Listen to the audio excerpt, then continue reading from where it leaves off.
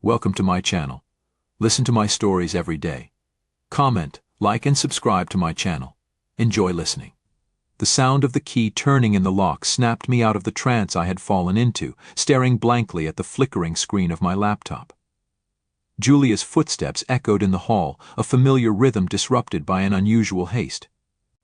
She breezed into the room with a smile plastered across her face, her cheeks flushed with what I assumed was excitement or guilt.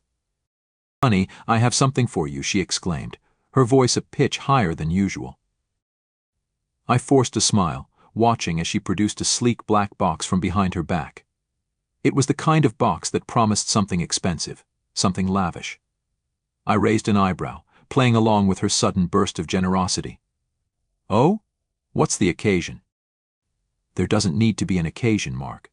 Can't I just spoil my husband because I love him so much?" She pressed the box into my hands, the corners of her lips twitching nervously. As I flipped open the lid, my eyes caught a glint of silver, a watch, elegant and undoubtedly costly, nestled against the plush velvet. It was beautiful, but it was the slip of paper underneath it that caught my attention. I unfolded it discreetly, my heart pounding as I read the words scrawled in a familiar loopy handwriting to my sweet Mike. "I love you very much. Mike." The name stung, a searing burn in my chest. I wasn't Mike. Julia was watching me, her smile faltering slightly as she tried to gauge my reaction. I masked my turmoil quickly, replacing the note and closing the lid with a snap. "It's amazing, Julia. Thank you." My throat tightened, but I managed a strained chuckle. "I don't even know what to say." "Just say you love it, and me." She wrapped her arms around me, pressing her body against mine, as if to seal her words with warmth. I hugged her back, my mind racing. "I love it. And you." So much the words tasted like ash in my mouth, but I kept my voice steady. "I have a surprise for you too soon." Her eyes lit up, curiosity piqued. "Really? What kind of surprise?" "Oh, you'll see. It's something special." The words were a promise, a vow, the first step in a plan I hadn't yet formulated. She kissed me then, a quick, jubilant peck on the lips before she floated away to the kitchen, possibly to hide her jittery nerves or to concoct another lie. I watched her go, the weight of the watch in my hands a reminder of the weight she had just placed on our marriage. The room felt colder suddenly, the air tinged with the scent of betrayal. I sat down, the leather of the chair creaking under me. The watch stared back at me, its hands ticking away the seconds, as if counting down to the moment everything would change. Revenge, a concept I had never entertained seriously, now pulsed through my veins like a living thing. It wouldn't be rash or violent. No, it would be calculated, a slow unraveling of the life Julia had so carelessly tangled. I would start with Mike, find out who he was, how they met. Then, I would dismantle their affair piece by piece, ensuring that Julia's regret was as exquisite as the watch she had given me, a timepiece marking the end of one life and the beginning of another. The watch ticked on, relentless and precise. I stood up, slipping the note into my pocket, a paper trail of deceit. The game had begun, and I was ready to play.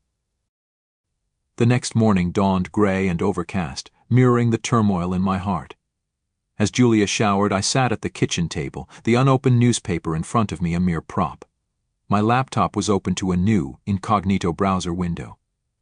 It was time to find Mike. I started with the basics: social media, local business directories, the usual haunts where a person's digital footprint might reveal their secrets. My fingers flew across the keyboard, driven by a cold, focused anger. But as the search results flickered past, my frustration grew. Mike was a common name, and without a last name the task felt akin to finding a needle in a haystack. Heading out early today, Julia's voice sliced through my concentration. She stood in the doorway, dressed sharply for work, her hair still damp. "Yeah, big day at the office," I replied, minimizing the browser window. "What about you?" She hesitated, a flicker of something crossing her face. "Meeting with a new client. It might run late." "Good luck," I said, my tone neutral. She leaned down to kiss my cheek before hurrying out, the scent of her perfume lingering like a question mark in the air. With Julia gone, I had the freedom to pursue my investigation without the need for secrecy. My next step was clear enlist someone who could dive deeper into the digital morass than I could. I dialed the number of an old college buddy, Leon, who now worked in cybersecurity. "Hey Leon, it's Mark. I need a favor." Leon's voice was warm, concerned. "Everything okay, man?" But I hesitated, then decided on partial truth. "I think Julia's seeing someone else." I found a note. "I need to find this guy, Mike." There was a pause and then, "Say no more. Send me what you got, and I'll see what I can dig up." Gratitude washed over me. "Thanks, Leon. I owe you one." An hour later, I met Leon at a coffee shop downtown. He slid into the booth opposite me, his laptop open. "I've done some preliminary digging. There's a Mike who fits the bill, works at a design firm downtown, recently tagged in a post from a mutual friend of Julia's. Could be our guy." My heart thudded painfully. "Can you get more info?" Leon nodded, his fingers already dancing across the keyboard. "Give me a sec." Minutes later, he turned the screen toward me. A social media profile popped up: Mike Lawson, a graphic designer with a penchant for expensive watches and sleek suits. The connection was too coincidental to ignore. "Bingo," Leon said quietly. "Looks like he's single. Mentioned a special someone in a post a couple of weeks ago, but no name." It felt like the final piece of the puzzle clicking into place. Mike Lawson, the unsuspecting other man in my crumbling marriage. Anger flared within me, but I tamped it down. I needed to be strategic, not reckless. "Can you track where he's going to be tonight?" I asked, already thinking ahead. "Already on it," Leon replied, his gaze fixed on the screen. "Looks like he's attending an art gallery opening downtown tonight. Want to crash it?" I nodded, my mind racing. Yes, I need to see him, figure out how to approach this. Leon clapped me on the shoulder, his expression serious. "Be careful, man. You're playing with fire." As I left the coffee shop, the sky began to clear, slivers of blue breaking through the clouds. It seemed like an omen, maybe not a good one, but an omen nonetheless. Tonight I would come face to face with Mike Lawson, and I was ready to step into the heat. The city buzzed with its usual evening energy as I made my way to the art gallery. It was located in an upscale part of downtown, the kind of place Julia and I used to visit before our marriage became a minefield of lies and deceit. Tonight, though, it wasn't the art that drew me but the man who would be admiring it. Leon had done his homework. I arrived early, blending in with the crowd of art enthusiasts and socialites. The gallery was a spacious, minimalist venue, its white walls adorned with a mix of modern and abstract pieces. I positioned myself near the back, where I had a clear view of the entrance. The watch, now tucked safely away in my pocket, felt like a lead weight against my leg, a constant reminder of why I was here. People streamed in, chatting animatedly, their voices a murmur against the background of soft classical music. I scanned each new arrival, my heart pounding in anticipation. Finally, I saw him, Mike Lawson. He was taller than I expected, with a confident stride and an easy smile that he flashed at the gallery owner. Dressed in a tailored suit, he looked every bit the successful professional. I watched as he moved through the gallery, stopping occasionally to admire a piece or chat with someone. He seemed completely at ease, blissfully unaware of the storm gathering around him. I waited, biding my time until he was alone, examining a painting near the back. Taking a deep breath, I approached him. "Nice piece, isn't it?" Mike turned to me, his expression friendly. "Yeah, it really is. The use of color is phenomenal." I nodded, forcing a smile. "Mike, right?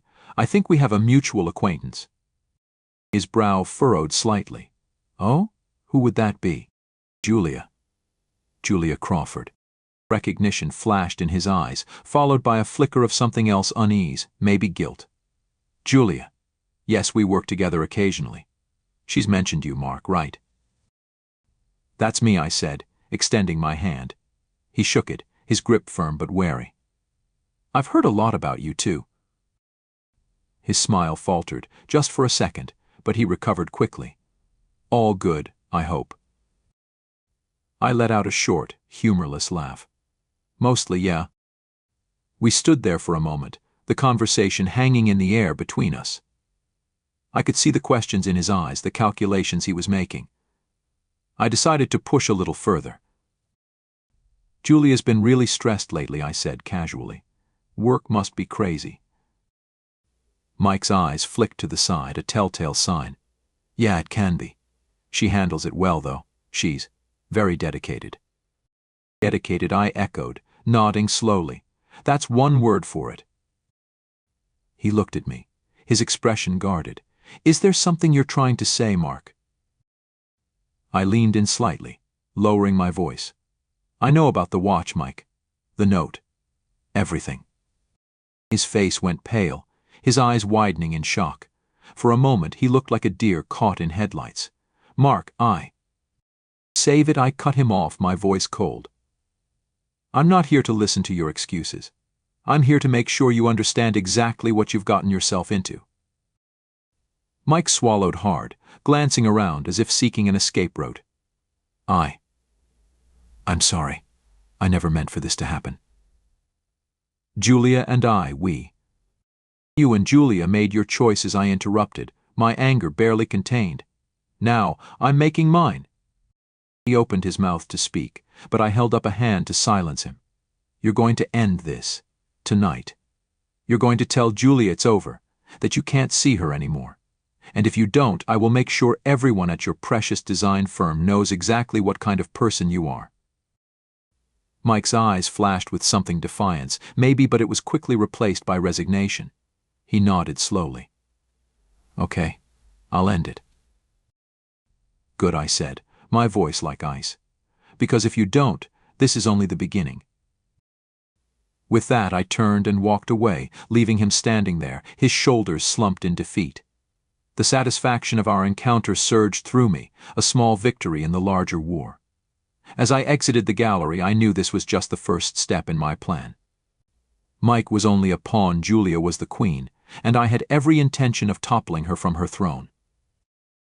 The night air was crisp as I walked to my car, my mind racing with possibilities. There was still so much to do, so much to uncover. Julia had no idea what was coming, and that was exactly how I wanted it. My revenge would be precise, devastating, and she would never see it coming. As I drove home, a sense of calm settled over me.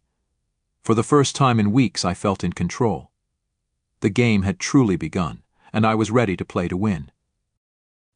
The house was silent when I arrived, the only sound the soft hum of the refrigerator and my own steady breathing, tempered by resolve.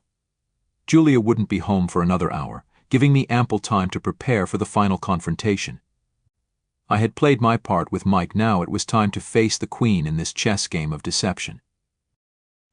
The front door clicked open and light footsteps echoed in the hallway. I remained seated in the dark living room, waiting.